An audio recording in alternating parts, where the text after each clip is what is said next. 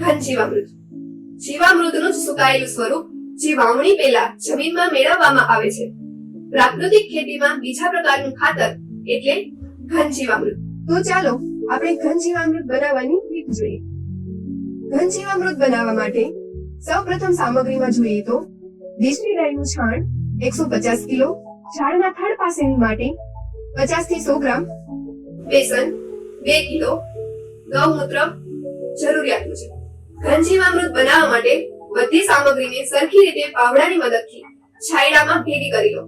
ત્યારબાદ તેને 48 કલાક એટલે કે 2 દિવસ સુધી આ મિશ્રણને શણના કોથળામાં ઢાંકીને રાખો. તેમાં આથો આવવાથી જીવાણુઓની સંખ્યા વધી જશે. 48 કલાક પછી આ મિશ્રણને સારી રીતે સૂકવી લેવું અને પછી ચારણીની મદદથી ચાળી લેવું. ઘન જીવામૃતને ઉપયોગમાં લેવા માટે 100 કિલો પ્રતિ એકર ઘન જીવામૃતને બીજ વાવતા પહેલા ખેતરમાં નાખી દેવું.